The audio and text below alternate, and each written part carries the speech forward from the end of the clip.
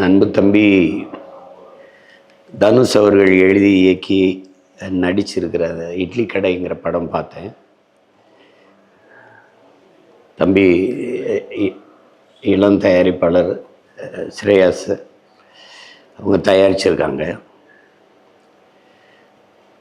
இதில் ஏற்கனவே தம்பி கதை திரைக்கதை இதெல்லாம் பண்ணிய திருச்சிற்றம்பலம் அதெல்லாம் பார்த்தேன். ரொம்ப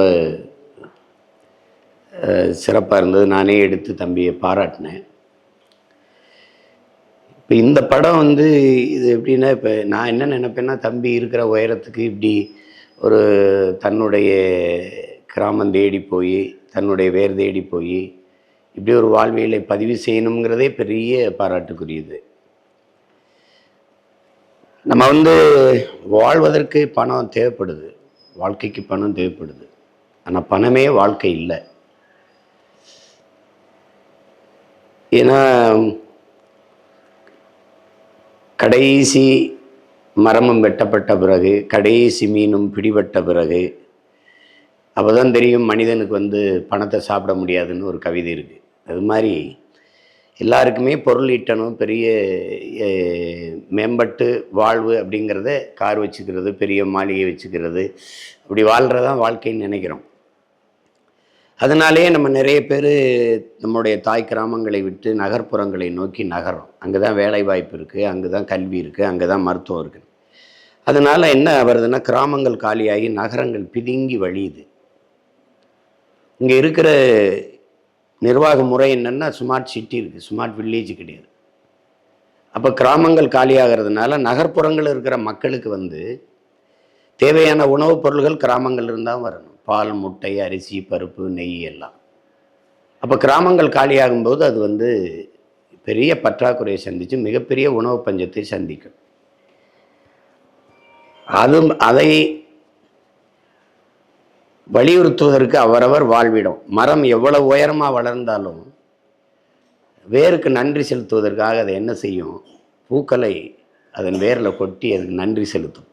அது மாதிரி நம்ம எவ்வளவு தூரம் போனாலும் நம்முடைய பிறந்த மண், நம்மளுடைய தாய் கிராமத்தை மறப்பது என்பது ரொம்ப கொடுமையானது. வெளிநாட்டில் போய் நம்ம இருப்போம், நிறைய சம்பாதிப்போம், மாதம் 5 லட்சம் கூட சம்பாதிப்போம். ஆனால் அங்கே நம்ம ஏரி இருக்காது, குளம் இருக்காது, கோயில் இருக்காது, திருவிழா இருக்காது, பாட்டி இருக்க மாட்டாங்க, தாத்தா இருக்க மாட்டாங்க, நம்ம சொந்தங்கள் யாரும் இருக்க மாட்டாங்க.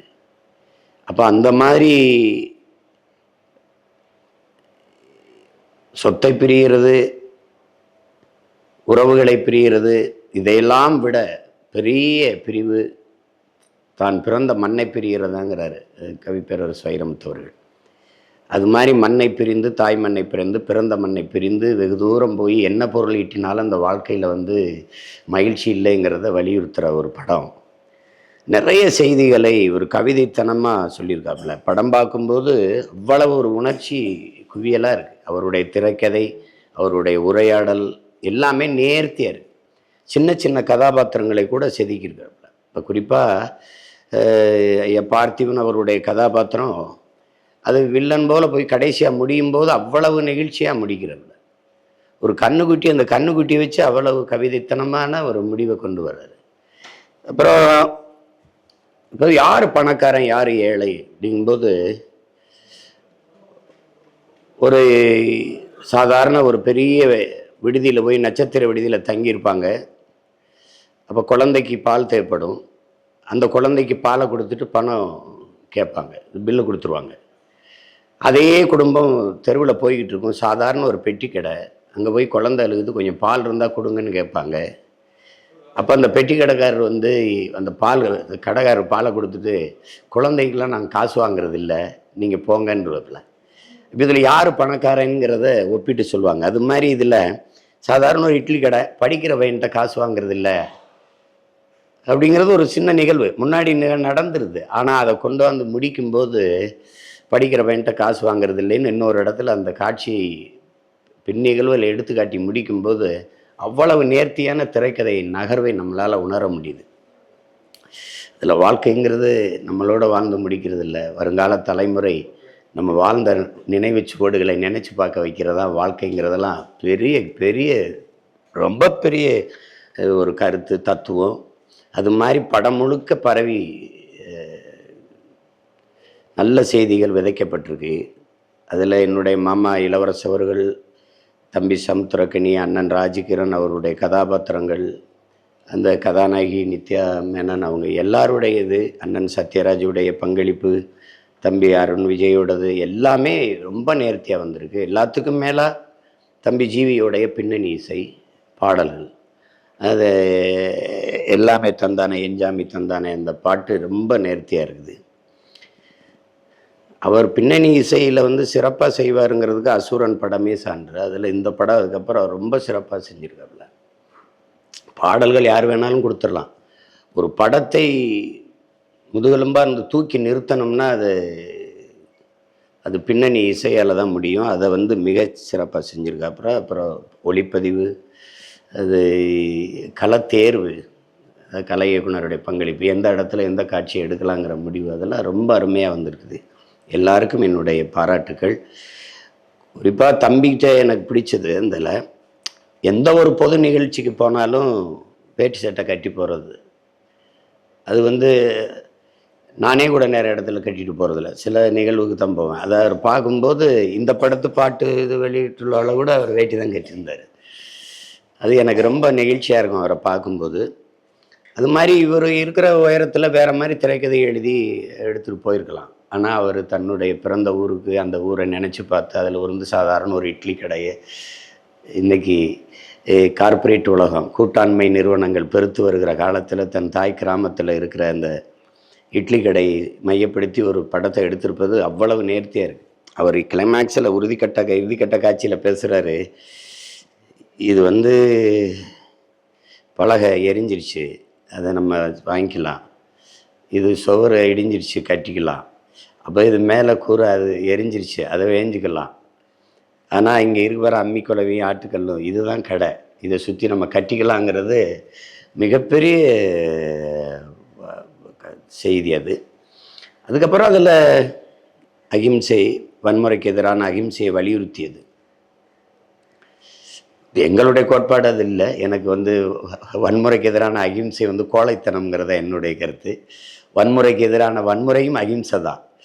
ஆனால் அந்த கருத்தை மிக அழகாக வலியுறுத்தி அதை கொண்டாந்து முடித்த விதம் வந்து ரொம்ப நல்லா பண்ணியிருந்தார். அதனால் இது ஒரு முழுமையான படைப்பாக பார்க்குறேன், நல்ல உணர்வுகளின் குவியலாக பார்க்குறேன். இது இந்த இளம் வயதில் தம்பிக்கு இவ்வளவு முதிர்ந்த ஒரு படைப்பாற்றல் இருப்பது பெருமைக்குரியது. அவர் பாடல் அவரே எழுதுவார், அவரே பாடுவார், அது கதை திரைக்கதை வசனம் அவரே எழுதிக்குவார், நடிப்பார், இயக்குவாருங்கிறது ஒரு பன்முக ஆற்றல்.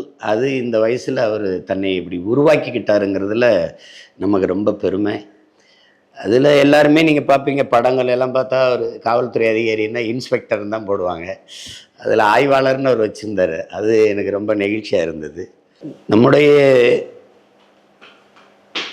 மரபில், நம்முடைய மண்ணில் வந்து நம்ம குலதெய்வ வழிபாட்டு மரபினர், நமக்கு வந்து கடவுள் அப்படின்னு ஒன்றும் இல்லை, நமக்கு தெய்வங்கள் தான். தெய்வங்கள் முன்னோர்கள் தான். நம்முடைய வழிபாடு என்பது இயற்கை வழிபாடு, தெய்வங்கள் மூத்தவர்கள், நமது முன்னவர்கள்.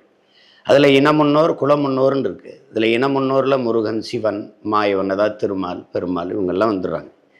இந்த குல முன்னோர் தான் குல தெய்வம்னு நம்ம கொண்டாடுறோம். சிலர் சிறு தெய்வம்னு சொல்கிறாங்க. தெய்வத்தில் சின்னது பெருசுலாம் இல்லை, குலதெய்வம். அந்த குலதெய்வ வழிபாட்டை வந்து ஒரு சிறு வயதிலே இங்கே பிறந்து வளர்ந்த ஒரு பையன் தன்னுடைய கிராமத்தில் இருக்க தன்னுடைய குலதெய்வத்தை வந்து நினைவுபடுத்தி அதை போய் அதை கொண்டாடணும், வணங்கணும்னு வலியுறுத்துறது வந்து ரொம்ப பெருமைக்குரியது. அந்த குலதெய்வ வழிபாட்டையும் தம்பி வந்து வலியுறுத்தியிருப்பது ரொம்ப எனக்கு மகிழ்ச்சியை தந்தது. ஏன்னா நான்லாம் சின்ன பிள்ளையில் எங்கள் குடும்பத்தில் தலைப்புள்ள ஆண் குழந்தை பிறந்தால் எங்கள் குலதெய்வம் வீரமாகாளிக்கு முடியிறக்குவாங்க. அதுக்கப்புறம் நான்லாம் போகலை. அதுக்கப்புறம் என் மகனுக்கு நான் முடியிறக்கி காது ஊத்துறதுக்காக போனேன். அதுக்கு அப்போ அந்த இடத்துல நிற்கும்போது ரொம்ப தவற உணர்ந்தேன். நம்ம ஏன் அடிக்கடி வந்து நம்மளுடைய குலதெய்வத்தை பார்க்கலை, வணங்கலை அப்படின்னு. இப்போ இதை பார்க்கும்போது ஒவ்வொருத்தருக்கும் தெரியும், நம்ம எல்லோருமே நம்மளுடைய வேர் தேடி பயணிக்க தொடங்குவோம். அப்படி ஒரு எல்லாருக்குள்ளே இருக்கிற நினைவுகளை கிளறி விட்ட ஒரு அழகான கவிதையாக தான் நான் இந்த படத்தை பார்க்குறேன். இப்படி ஒரு படத்தை தயாரித்த தம்பிக்கு, என்னுடைய தம்பி தனுஷுக்கு எவ்வளவு பாராட்டுக்களை, வாழ்த்துக்களை சொன்னாலும் தகும். மிகுந்த மன நிறைவோடு நான் இந்த படத்தை பார்த்து ரசித்தேன். ஒவ்வொரு காட்சிகள் நகரும்போதும் அவ்வளவு மகிழ்ந்து நெகிழ்ந்தேன். என்னுடைய தம்பி தனுஷ் அவர்களுக்கு என்னுடைய அன்பும் வாழ்த்துக்களும். படத்தின் வெற்றிக்கு என்னுடைய வாழ்த்துக்கள். மறுபடியும் ஒரு வெற்றி விழாவில் உங்களை சந்திக்கிறேன். நன்றி, வணக்கம்.